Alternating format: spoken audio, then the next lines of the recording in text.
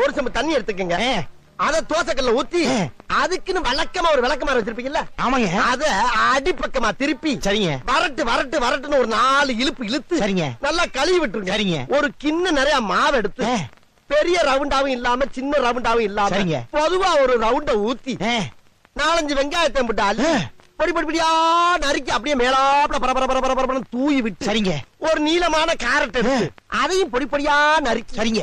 அப்படியே மேலாப்ல பரபர தூவி விட்டு சரிங்க. ஒரு 16 கரண்டி நெய் எடுத்து சரிங்க. அதுல 6 கரண்டி நெய்ய உள் சைடு அப்படியே லேசா விளாவி விட்டு சரிங்க. 10 கரண்டி நெய்ய தோசைக்கு வெளி சைடு அப்படியே மேலாப்ல விளாவி விட்டு சரிங்க. இட்லி பொடி இருக்கு பாத்தீங்களா, அத அப்படியே அள்ளி மலை சாரல் மாதிரி அதை மேலாப்ல பரபர அப்படியே பேய விட்டு சரிங்க. பொத்துனாப்ல அப்படி ஒரு பரட்டு இப்படி ஒரு பரட்டு அப்படியே ரெட்டி கலர்ல முருக விட்டு கம்ம ஒரு ஊத்தப்பத்தை எடுத்து